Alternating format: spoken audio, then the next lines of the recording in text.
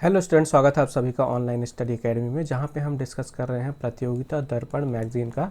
हम दिसंबर 2023 का addition cover कर रहे हैं और सीरीज़ में ये पहला पार्ट है, जहां पे हम जो भी नवीनतम सामान्य ज्ञान है, इनसे जुड़े करंट अफेयर हैं और स्टैटिक जीके हैं, फैक्ट हैं, सबको साथ में कवर करेंगे। तो वीडियो काफ़ी ज़्यादा इंपॉर्टेंट होगी, क्योंकि इसी वीडियो में हम कवर करेंगे 2023 के नोबेल पुरस्कार भी। तो मेक श्योर वीडियो को लास्ट तक जरूर देखिएगा और पसंद आए तो लाइक करिएगा। आइए शुरू करते हैं।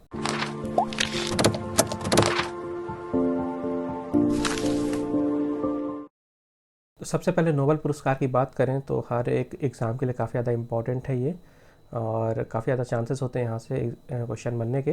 तो ये ज़रूर याद रखिएगा। ये देखते हैं किसे पुरस्कार दिए गए 2023 में।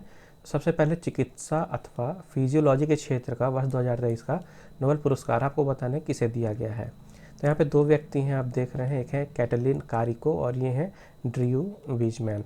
तो इन्हें वर्ष 2023 का चिकित्सा यानी मेडिसिन के क्षेत्र का नोबेल पुरस्कार दिया गया है।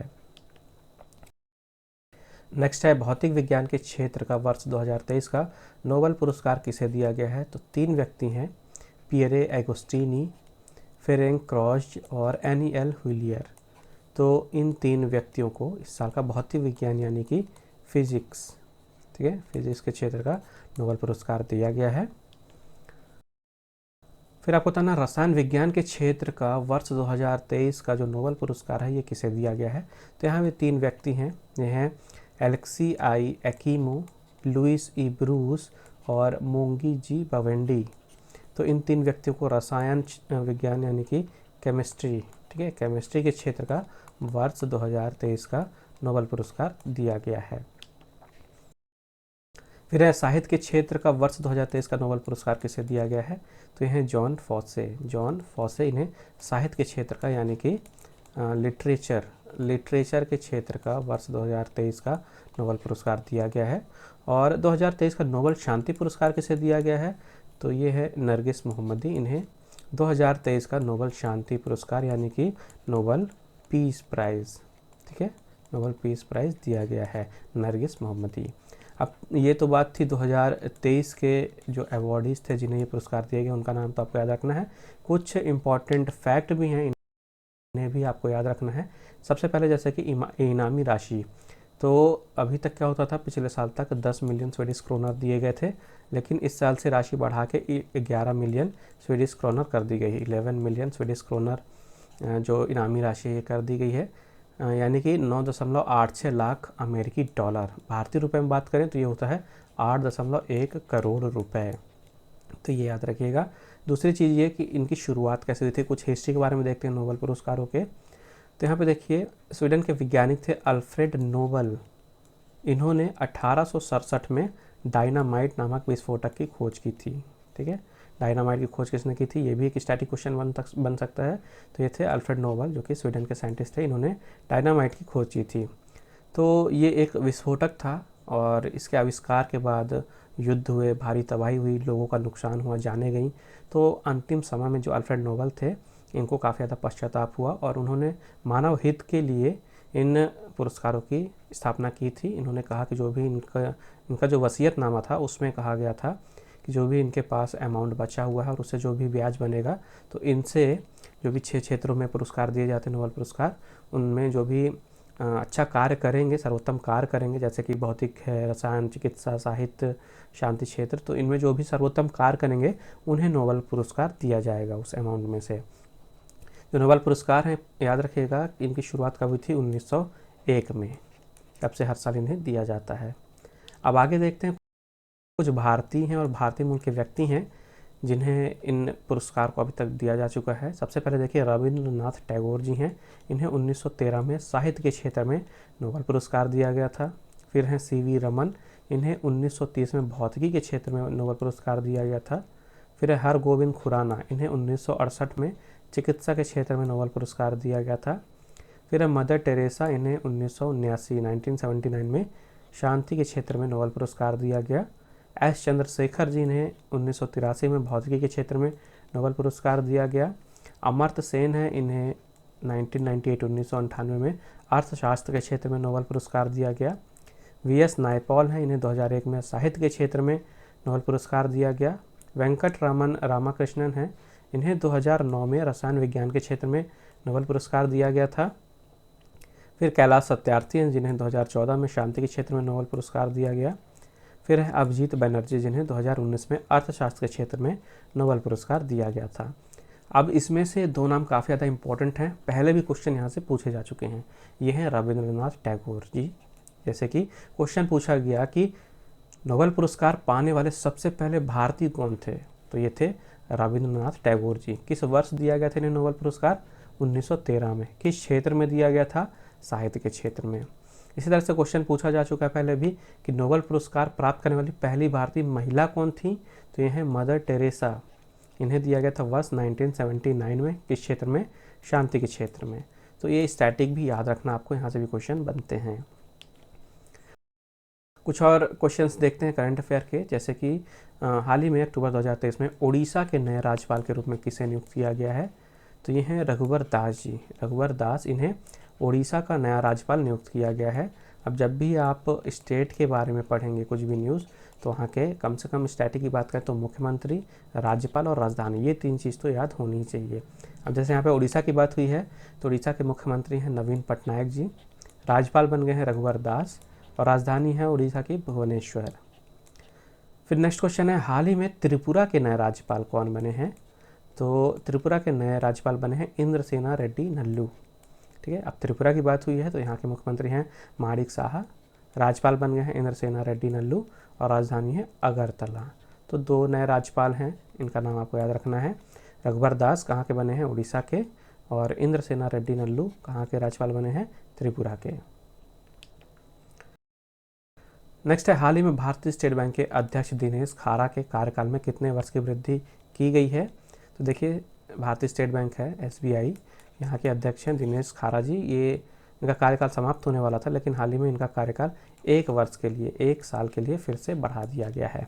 ये हैं दिनेश कुमार खारा जी। अब आप जब भी कोई बैंक, इंस्टीट्यूशन, ऑर्गेनाइजेशन के बारे में पढ़ेंगे तो वहाँ से आपको स्टैटिक में याद होना चाहिए उनका मुख्यालय कहाँ है, स्थापना है कब हुई थी, वहाँ के जो हेड हैं उनके बारे में। ठीक है, तो जैसे SBI की बात हुई है तो इसका मुख्यालय है मुंबई में। इसकी स्थापना हुई थी 1 जुलाई 1955 में। अब 1 जुलाई को इसकी स्थापना हुई थी, याद रखिएगा 1 जुलाई को भारत में क्या माना जाता है? SBI डे, SBI दिवस 1 जुलाई को। फिर चेयरमैन हैं दिनेश कुमार खारा जी, जिन्हें 1 साल का एक्सटेंशन दिया गया है। अब अगर आप बैंकिंग या इंश्योरेंस के क्षेत्र की तैयारी कर रहे हैं तो जो भी इंस्टीट्यूशन है, ऑर्गेनाइजेशन है, मेनली अगर बैंक है, इंश्योरेंस रिलेटेड है, तो उनके जो भी स्लोगन है, टैगलाइन है, वो आपको याद होनी चाहिए। अब जैसे SBI की टैगलाइन की बात करें तो पास्ट टैगलाइन है SBI की, pure banking nothing else, a bank of the common man, the nation banks on us, with you all the way, the banker to every Indian. तो ये पांचों टैगलाइन याद रखनी है आपको SBI की। नेक्स्ट है, हाल ही में संयुक्त राष्ट्र संघ के जिनेवा स्थित कार्यालय में भारत के स्थायी प्रतिनिधि के रूप में किसे नियुक्त किया गया है, तो ये हैं अरिंदम बागची। अरिंदम बागची हाल ही में भारत के स्थायी प्रतिनिधि बने हैं। कहाँ पे? याद रखिएगा संयुक्त राष्ट्र संघ का जो जिनेवा में कार्यालय है। ठीक है, ये याद रखिएगा, संयुक्त राष्ट्र संघ का जिनेवा में जो कार्यालय है वहाँ पे भारत के स्थायी प्रतिनिधि बने हैं अरिंदम बागची। फिर एक कोटक महिंद्रा बैंक के नए प्रबंध निदेशक सह CEO के रूप में किसे नियुक्त किया गया है, तो ये अशोक वासवानी। अशोक वासवानी ये हाल ही में कोटक महिंद्रा बैंक के MD यानी प्रबंध निदेशक और CEO बने हैं। अब जो कोटक महिंद्रा बैंक है इसकी स्थापना हुई थी 1985 में। इसका मुख्यालय है मुंबई में। MD CEO बन गए हैं अशोक वासवानी। डायरेक्टर हैं यहाँ के उदय कोटक, और टैगलाइन है कोटक महिंद्रा बैंक की, लेट्स मेक मनी सिंपल, और दूसरी है अब कोना कोना कोटक। इसी तरह से नेक्स्ट क्वेश्चन है, ICICI लोम्बार्ड के नए प्रबंध निदेशक सह CEO के रूप में किसे नियुक्त किया है, तो ये हैं संजीव मंत्री जी, जो कि हाल ही में ICICI लोम्बार्ड के नए MD और CEO बने गए हैं, संजीव मंत्री। अब जो ICICI लोम्बार्ड है इसकी स्थापना हुई थी 2001 में। इसका मुख्यालय है मुंबई में। फिर हाल ही में सूचना प्रौद्योगिकी क्षेत्र की कंपनियों के संगठन NASSCOM के नए अध्यक्ष के रूप में किसे नियुक्त किया गया है, तो सबसे पहले याद रखिएगा जो NASSCOM है ये भारत में सूचना प्रौद्योगिकी क्षेत्र की जो कंपनी है उनका एक संगठन है। इसका फुल फॉर्म होता है national association of software and service companies. ये है NASSCOM का फुल फॉर्म, याद रखिएगा, स्टैटिक में क्वेश्चन पूछ सकता है। तो हाल ही में यहाँ के नए अध्यक्ष बने हैं राजेश नाम्बियार। राजेश नाम्बियार जो हैं ये नैस्कॉम के नए अध्यक्ष बन गए हैं। अब जो नैस्कॉम है इसकी स्थापना हुई थी 1988 में 1988 में। फिर मुख्यालय है इसका नई दिल्ली में और अध्यक्ष बन गए हैं राजेश नाम्बियार। फिर है भारतीय विशिष्ट पहचान प्राधिकरण के मुख्य कार्यकारी अधिकारी यानी कि CEO कौन थे? अमित अग्रवाल। इनके कार्यकाल में कितने वर्ष की वृद्धि की गई है? तो इनके कार्यकाल में 1 वर्ष की वृद्धि कर दी गई है। इनका भी कार्यकाल समाप्त होने वाला था। अब 1 वर्ष की वृद्धि के बाद जो इनका कार्यकाल है ये नवंबर 2024 में समाप्त होगा। तो याद रखना आपको, भारतीय विशिष्ट पहचान प्राधिकरण के CEO हैं अमित अग्रवाल जी, जिनको 1 साल का एक्सटेंशन दिया गया है। नेक्स्ट है सत्र 2023-24 के लिए प्रेस ट्रस्ट ऑफ इंडिया यानी कि PTI, यहाँ के अध्यक्ष के रूप में किसे चुना गया है? तो ये हैं KN शांत कुमार। KN शांत कुमार इन्हें PTI यानी प्रेस ट्रस्ट ऑफ इंडिया के नए अध्यक्ष के रूप में नियुक्त किया गया है। अब जो प्रेस ट्रस्ट ऑफ इंडिया है इसकी स्थापना हुई थी 1947 में। इसका मुख्यालय है नई दिल्ली में और अध्यक्ष बन गए हैं KN शांत कुमार। इसी तरह से है सीमा सड़क संगठन यानी कि बॉर्डर रोड ऑर्गेनाइजेशन, शॉर्ट में जिसे BRO कहा जाता है। तो यहाँ के महानिदेशक के रूप में किसे नियुक्त किया गया है? तो ये हैं लेफ्टिनेंट जनरल रघु श्रीनिवासन। इन्हें बॉर्डर रोड ऑर्गेनाइजेशन के नए अध्यक्ष के रूप में नियुक्त किया गया है। अब जो बॉर्डर रोड ऑर्गेनाइजेशन है इसकी स्थापना हुई थी 1960 में 1960 में। इसका मुख्यालय है नई दिल्ली में और लेफ्टिनेंट जनरल रघु श्रीनिवासन यहाँ के अध्यक्ष बन गए हैं। अब जो BRO है ये काम क्या करता है? तो देखिए, भारत के जो सीमा वाले इलाके हैं, बॉर्डर हैं, वहाँ पे जो भी रोड का निर्माण होता है, उनका डेवलपमेंट होता है, मेंटेनेंस होता है, ये सब कुछ देखता है बॉर्डर रोड्स ऑर्गेनाइजेशन। नेक्स्ट है bay of Bengal initiative for multi sectoral technical and economic cooperation, यानी जिसे हम शॉर्ट में बिम्स्टेक कहते हैं। तो बिम्स्टेक के नए महासचिव के रूप में किसे नियुक्त किया गया है? तो ये हैं इंद्रमणि पांडे, जो कि बिम्स्टेक के नए महासचिव बन गए हैं। इंद्रमणि पांडे याद रखिएगा। अब बिम्स्टेक के बारे में कुछ देख लेते हैं, उसकी हिस्ट्री। तो फुल फॉर्म तो आपको बता दिया, bay of Bengal initiative for multi sectoral technical and economic cooperation, लेकिन शुरुआत से ऐसा नहीं था। ठीक है, ये जो संगठन है ये 1997 में बैंकॉक घोषणा के माध्यम से अस्तित्व में आया था और प्रारंभ में इसमें सिर्फ 4 सदस्य थे। कौन थे? बांग्लादेश, भारत, श्रीलंका और थाईलैंड। तो इसका नाम था भारत बांग्लादेश श्रीलंका थाईलैंड आर्थिक सहयोग यानी BISTEC। फिर 1997 में म्यांमार भी इसमें शामिल हो गया कुछ समय के बाद, तो इसका नाम बदल के BIMSTEC कर दिया गया था। और 2004 में इसमें नेपाल और भूटान भी शामिल हुए, तब से इसका नाम बदलकर फिर बिम्स्टेक कर दिया गया था। तो ये इतिहास याद रखिएगा। नेक्स्ट है यूरोपीय संसद ने वर्ष 2023 के आंद्रेई साखाराव मानवाधिकार पुरस्कार से किसे सम्मानित किया है? तो याद रखना आपको, महसा अमीनी है, महसा अमीनी। इनको यूरोपीय संसद ने 2023 के आंद्रेई साखाराव मानवाधिकार पुरस्कार से सम्मानित किया है, महसा अमीनी। फिर है KK बिरला फाउंडेशन का वर्ष 2022 का सरस्वती सम्मान किसे प्रदान किया गया है? तो ये हैं शिव शंकरी जी, जिन्हें 2022 का ईयर याद रखिएगा, 2022 का KK बिरला फाउंडेशन का सरस्वती सम्मान प्रदान किया गया है। तो 2019 में याद रखिएगा, 2019 में इनका एक संस्मरण था जिसका नाम था सूर्यवामसम। सूर्यवामसम, इसके लिए इन्हें ये सम्मान दिया गया है। इस पुरस्कार के तहत एक प्रशस्ति पत्र और 15 लाख रुपए की राशि प्रदान की जाती है। नेक्स्ट है राजस्थान सरकार ने वर्ष 2023 का गांधी सद्भावना सम्मान किस संस्था को प्रदान किया है?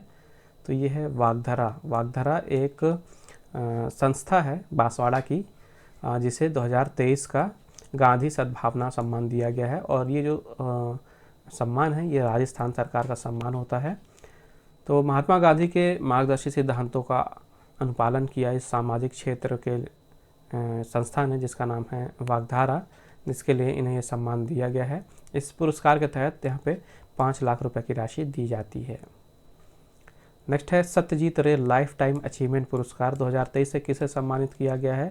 हॉलीवुड एक्टर हैं माइकल डगलस। माइकल डगलस इन्हें 2023 का सत्यजीत रे लाइफ टाइम अचीवमेंट पुरस्कार दिया गया है।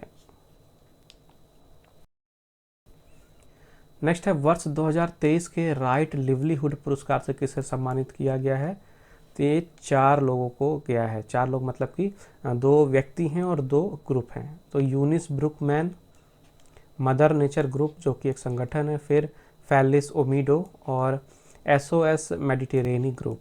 तो 4 क्षेत्र में ये पुरस्कार गए हैं, जिसमें से 2 व्यक्ति हैं, 2 संगठन हैं। ये जो पुरस्कार हैं यानी कि राइट लिवलीहुड पुरस्कार, इन्हें वैकल्पिक नोबेल पुरस्कार के रूप में जाना जाता है और ये ऐसे व्यक्तियों या संगठनों को दिया जाता है जिन्होंने विश्व के समक्ष विद्यमान चुनौतियों का व्यवहारिक हल निकालने की दिशा में महत्वपूर्ण योगदान दिए हों। ये जो पुरस्कार है इनकी स्थापना 1980 में की गई थी।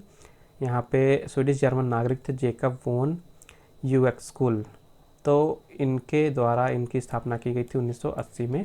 तब से पुरस्कार दिए जाते हैं। नेक्स्ट है विश्व खाद्य पुरस्कार 2023 से किसे सम्मानित किया गया है। काफ़ी ज़्यादा इम्पॉर्टेंट क्वेश्चन है ये भी। तो 2023 का जो विश्व खाद्य पुरस्कार है ये दिया गया है हीडी कुन को। हीडी कुन, इन्हें 2023 का वर्ल्ड फूड प्राइज़, ठीक है, वर्ल्ड फूड प्राइज़ विश्व खाद्य पुरस्कार दिया गया है। ये जो हीडी कुन है ये कैलिफोर्निया स्थित गैर लाभ संस्था रूट्स ऑफ पीस की संस्थापक हैं, ठीक है, रूट्स ऑफ पीस के संस्थापक हैं।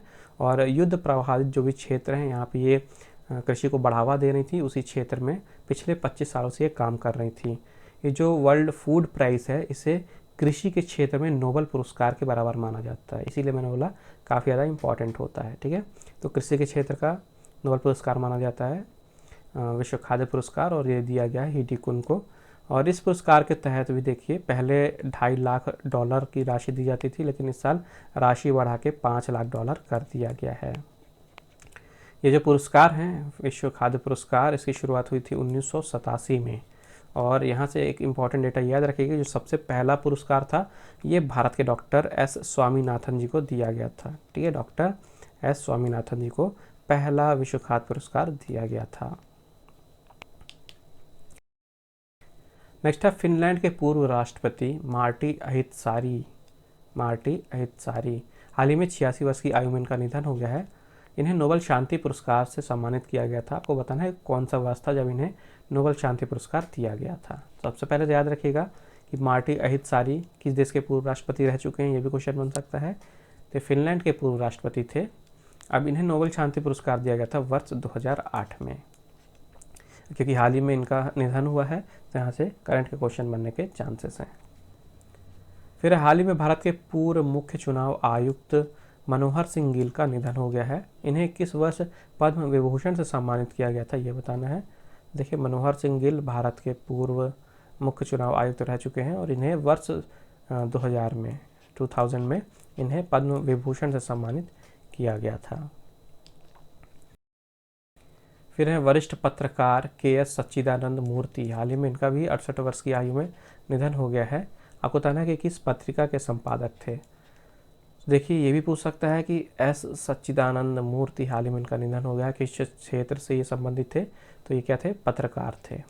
पत्रकार थे तो किस पत्रिका के संपादक थे, ये थे द वीक, ठीक है, द वीक इस पत्रिका थी, इसके संपादक थे।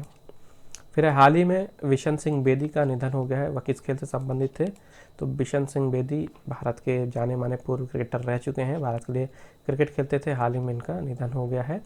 अब याद रखिएगा इन्हें वर्ष 1970 में पद्मश्री से सम्मानित किया गया था और सन 2004 में CK Naidu life time achievement पुरस्कार से भी सम्मानित किया गया था इन्हें। फिर भारत व अमेरिकी सेनाओं के संयुक्त वार्षिक युद्धाभ्यास का 19वां संस्करण हाल ही में कहाँ संपन्न हुआ है, तो भारत और अमेरिका के बीच में ये वार्षिक अभ्यास था। इसका नाम ही है, याद रखिएगा, इसका नाम ही है युद्ध अभ्यास। इसका हाल ही में कौन सा संस्करण हुआ है, 19वां संस्करण। कहाँ पे हुआ है, ये अलास्का के फोर्ट वेनराइट में हुआ था, अलास्का के फोर्ट वेनराइट में। तो ये भी पूछ सकता है कि युद्ध अभ्यास किन 2 देशों के बीच में होता है, भारत और किस देश के बीच में युद्ध अभ्यास होता है एक्सरसाइज, तो भारत और अमेरिका के बीच में होता है। कहाँ हुआ है ये तो याद रखना ही है। इस तरह से एक और एक्सरसाइज है, हाल ही में भारत ने किस देश के साथ संयुक्त द्विपक्षीय प्रशिक्षण अभ्यास जिसका नाम है एक्सरसाइज हरिमाऊ शक्ति 2023 में भाग लिया है। तो एक्सरसाइज हरिमाऊ शक्ति ये होती है भारत और मलेशिया के बीच में। तो हाल ही में ये अभ्यास संपन्न हुआ भारत और मलेशिया की सेनाओं के बीच में। ये जो अभ्यास है ये मेघालय के उमरोई छावनी में संपन्न हुआ है। अब उमरोई छावनी में ही एक और एक्सरसाइज हुई है भारत की, ये थी संप्रीति एक्सआई। संप्रीति एक्सआई तो आपको बताना है कि किस देश के साथ भारत ने ये एक्सरसाइज किया था। तो क्वेश्चन है भारत और किस देश के बीच हाल ही में संयुक्त द्विपक्षीय सैन्य अभ्यास संप्रीति एक्सआई हाल ही में संपन्न हुआ है। तो भारत और बांग्लादेश के बीच में यह अभ्यास हुआ है। भारत और बांग्लादेश की सेना के बीच में संयुक्त द्विपक्षीय सैन्य अभ्यास हुआ है जिसका नाम था संप्रीति एक्सआई। नेक्स्ट क्वेश्चन है इजराइल में फंसे भारतीय नागरिकों की स्वदेश वापसी के लिए भारत सरकार के द्वारा कौन सा ऑपरेशन का शुरुआत किया गया है। तो ये था ऑपरेशन अजय। ठीक है, तो इजराइल में जो भी भारतीय नागरिक फंसे हुए थे उनके स्वदेश वापसी के लिए मिशन चलाया गया था भारत सरकार के द्वारा। नाम याद रखना आपको, ऑपरेशन अजय। इस तरह के क्वेश्चन भी आ चुके हैं एग्जाम में, और अभी पास्ट में ही कुछ और भी ऑपरेशन चलाए गए थे भारत सरकार की तरफ से, इन्हें भी रिवाइज कर लेते हैं। तो यहाँ पे रशिया यूक्रेन जो वॉर हुआ था तो वहाँ पे जो भी भारतीय दल फंसा था उनकी वापसी के लिए ऑपरेशन गंगा चलाया गया था। सूडान में जो भारतीय फंसे थे उनके लिए ऑपरेशन कावेरी चलाया गया था। यहाँ पे सीरिया तुर्की भूकंप में जो भी लोग फंसे थे भारतीय, इनकी निकासी के लिए ऑपरेशन दोस्त चलाया गया था। और कोविड के दौरान जो भी भारत को जो भी स्टूडेंट थे, लोग थे बाहर रह रहे थे कोविड के दौरान, उनको वापस लाने के लिए ऑपरेशन वंदे भारत चलाया गया था। तो ये कुछ इंपॉर्टेंट मिशन है रिसेंट के ही, ये भी याद रखना है ऑपरेशन अजय के साथ। फिर है उत्तर प्रदेश स्थित प्रतापगढ़ जंक्शन रेलवे स्टेशन का नाम बदलकर क्या कर दिया गया है। याद रखिएगा, सबसे पहले तो प्रतापगढ़ जंक्शन रेलवे स्टेशन कहाँ था, उत्तर प्रदेश में। हाल ही में इसका नाम बदला गया है, नाम बदलकर इसका कर दिया गया है माँ बेल्हा देवी धाम प्रतापगढ़ जंक्शन। ठीक है, पहले प्रतापगढ़ जंक्शन था और अब माँ बेल्हा देवी धाम प्रतापगढ़ जंक्शन हो गया है।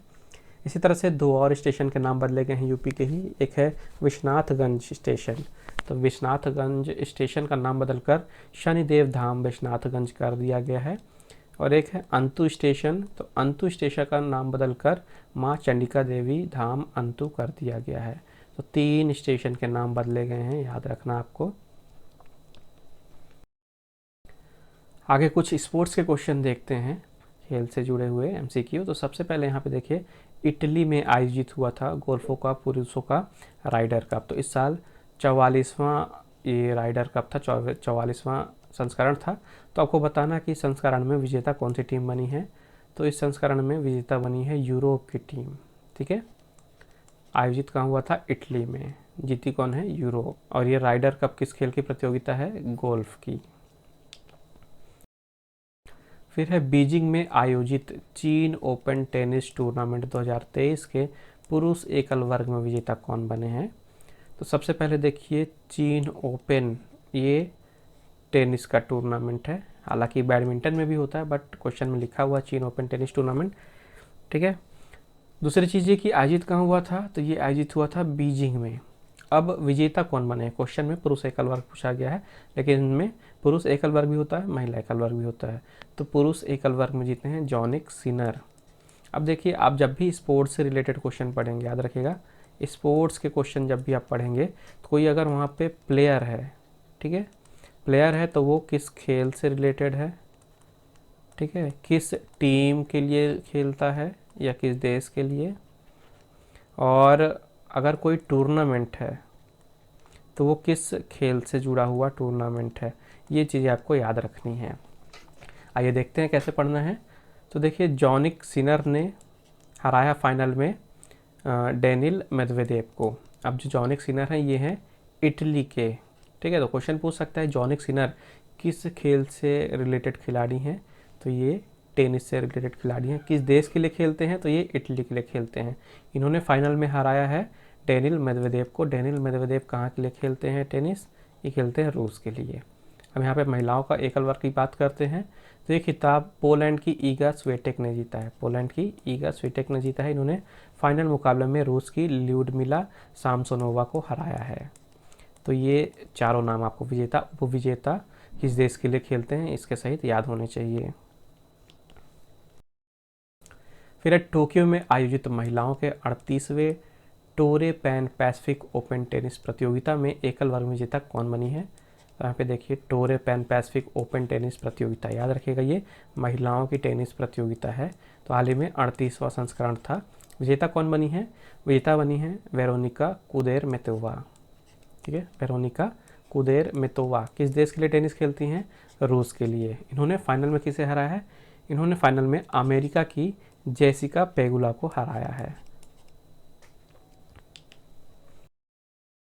फिर है कनाडा में संपन्न पुरुषों के टीम टेनिस के प्रतिष्ठित लेवर कप 2023 प्रतियोगिता में कौन सी टीम विजेता बनी है। अब देखिए जो लेवर कप है, यहाँ पे आपको पता चल गया कि पुरुषों के टीम टेनिस, ठीक है, यहाँ पे इंडिविजुअल नहीं खेलते, टीम खेलते हैं। तो टीम टेनिस की प्रतिष्ठित एक प्रतियोगिता है लेवर कप। ये हुई कहाँ पे थी? ये कनाडा में हुई थी। तो आपको बताना है कौन सी टीम विजेता बनी है। तो बनी है इस बार विश्व की टीम, वर्ल्ड टीम। तो विश्व टीम ने यूरोप की टीम को हराकर इस बार की ये प्रतियोगिता जीती है। फिर देखिए 2023 यहाँ पे जो भी अलग अलग देशों में, अलग अलग देशों की सर्किट में फार्मूला 1 की रेसेस होती हैं और इंडिविजुअल साल भर के जो भी सीज़न के पॉइंट्स होते हैं, सब पॉइंट्स कैलकुलेट करके एक वर्ल्ड चैंपियन चुना जाता है फार्मूला 1 रेस में भी। तो 2023 का फार्मूला 1 रेस के विश्व चैंपियन कौन बने हैं? तो ये हैं मैक्स वर्स्टैपेन। मैक्स वर्स्टैपेन जो कि 2023 के F1 शॉर्ट में से कहते हैं फार्मूला 1 2023 के चैंपियन बने हैं। अब देखिए जो मैक्स वर्स्टैपेन है, ये हैं कहाँ के? ये हैं नीदरलैंड्स के। ठीक है, किस टीम के लिए रेसिंग करते हैं? ये करते हैं रेडबुल के लिए। ठीक, तो ये चीज़ याद रखनी है। फिर है हाल ही में भारत की जो महिला क्रिकेट टीम है, यहाँ के मुख्य कोच के रूप में किसे नियुक्त किया गया है? तो पूर्व क्रिकेटर हैं अमोल मजूमदार। इन्हें हाल ही में भारतीय महिला क्रिकेट टीम के मुख्य कोच के रूप में नियुक्त किया गया है। नेक्स्ट है डेनमार्क ओपन बैडमिंटन टूर्नामेंट 2023 के पुरुष एकल वर्ग में विजेता कौन बने हैं? तो ये हैं वेंग होंगयांग। वेंग होंगयांग ये चाइना के हैं। ये इस बार पुरुष एकल वर्ग में विजेता बने हैं। कौन सा टूर्नामेंट है? Denmark open badminton tournament. इन्होंने फाइनल के मुकाबले में मलेशिया के लीजी जिया को हराया है। इसी तरह से महिला एकल वर्ग की बात करें तो चीन की हैं चेन युफेई। चीन की हैं चेन युफेई। इन्होंने महिला एकल वर्ग जीता है। इन्होंने फाइनल में स्पेन की कैरोलिना मारिन को हराया है। नेक्स्ट है 2023 की शिकागो मैराथन दौड़ में किस पुरुष धावक ने 2 घंटे 35 सेकंड का विश्व रिकॉर्ड बनाया है? तो ये हैं केल्विन किप्टम। कीनिया के धावक हैं केल्विन किप्टम। इन्होंने विश्व रिकॉर्ड बनाया है। 42.195 किलोमीटर की दौड़ थी ये शिकागो मैराथन दौड़। इसे इन्होंने 2 घंटे 35 सेकंड में पूरा किया, जो कि सबसे फास्ट है। और इन्होंने एक विश्व रिकॉर्ड, वर्ल्ड रिकॉर्ड क्रिएट किया है यहाँ पे। याद रखिएगा कीनिया के धावक हैं केल्विन किप्टम, जिन्होंने रिकॉर्ड बनाया है 2 घंटे 35 सेकंड का। महिलाओं की बात करें तो महिलाओं में पहले स्थान पर नीदरलैंड की सिफान हसन थी। तो महिलाओं में सिफान हसन, पुरुषों में केल्विन किप्टम, इन दोनों ने रेस जीती है। फिर है 18वीं दिल्ली अर्ध मैराथन दौड़ में पुरुष वर्ग में प्रथम स्थान किसने हासिल किया है? तो कीनिया के धावक हैं डेनियल एबेन्यो। तो कीनिया के धावक हैं डेनियल एबेन्यो। इन्होंने 18वीं दिल्ली अर्ध मैराथन दौड़ में पुरुष वर्ग की प्रतियोगिता जीती है। महिलाओं में ये जो रेस है ये जीती हैं अल्माज आयाना। अल्माज आयाना ये हैं इथियोपिया की। अब ये तो विजेताओं के नाम हो गए। अब यहाँ पे अगर भारतीय धावकों की बात करते हैं तो भारत की तरफ से जो अभिषेक पाल हैं, अभिषेक पाल, ये भारतीय पुरुष धावकों में इनका पहला स्थान रहा। और महिलाओं में कविता यादव हैं, इनका भारतीय धावकों में पहला स्थान था। फिर है 62वीं राष्ट्रीय ओपन एथलेटिक्स चैंपियनशिप में पुरुष वर्ग का खिताब किस टीम ने जीता है? तो पुरुष वर्ग का खिताब जीता है सेवा सर्विसेज ने। 62वीं राष्ट्रीय ओपन एथलेटिक्स चैंपियनशिप थी जो कि हाल ही में बेंगलुरु में संपन्न हुई है। तो पुरुषों का टीम का खिताब सेवा सर्विसेज ने जीता है और जो महिलाओं की टीम का खिताब था ये रेलवे की टीम ने जीता है। और 220 अंकों के साथ ओवरऑल चैंपियन बना है रेलवे की टीम। तो ये भी याद रखिएगा। नेक्स्ट है हाल ही में संपन्न 19वें एशियाई खेलों में भारत पदक तालिका में कौन से स्थान पर रहा है? तो भारत था एशियाई गेम्स में चौथे स्थान पे। 19वें एशियाई खेल थे जो कि चीन के हांगझोउ में संपन्न हुए अभी हाल ही में, और ये काफ़ी ज़्यादा इंपॉर्टेंट है, यहाँ से भी क्वेश्चन काफ़ी ज़्यादा आने के चांसेस हैं। तो यहाँ पे भारत ने अपना सर्वश्रेष्ठ प्रदर्शन किया इस वर्ष, और टारगेट था कम से कम 100 मेडल के पार जाना, उसको भारत ने अचीव किया। यहाँ पे भारत ने 28 स्वर्ण, 38 रजत और 41 कांस्य पदक सहित टोटल 107 पदक जीते हैं, और पदक तालिका में चौथे नंबर पे, 4th प्लेस पे भारत ने फिनिश किया। अब इस प्रतियोगिता में टॉप पे कौन था मेडल टैली में, तो सबसे ऊपर था चाइना। चाइना ने टोटल 383 पदक जीते हैं, तो पहले नंबर पे चाइना था। अब देखिए, काफ़ी बार पूछा जा चुका है, कोई भी इवेंट है तो वहाँ पे ध्वजवाहक पूछ लेते हैं। तो देखिए, जो उद्घाटन समारोह था वहाँ पे भारतीय दल के ध्वजवाहक थे वहाँ पुरुष हॉकी टीम के कप्तान हरमनप्रीत सिंह और मुक्केबाज लवलीना बोरगोहेन। तो ये उद्घाटन समारोह के दौरान ये दोनों ध्वजवाहक थे। और वहीं पे जो समापन समारोह था वहाँ पे ध्वजवाहक थे पुरुष हॉकी टीम के गोलकीपर PR श्रीजेश। तो ये 3 नाम आपको और याद रखने हैं यहाँ से।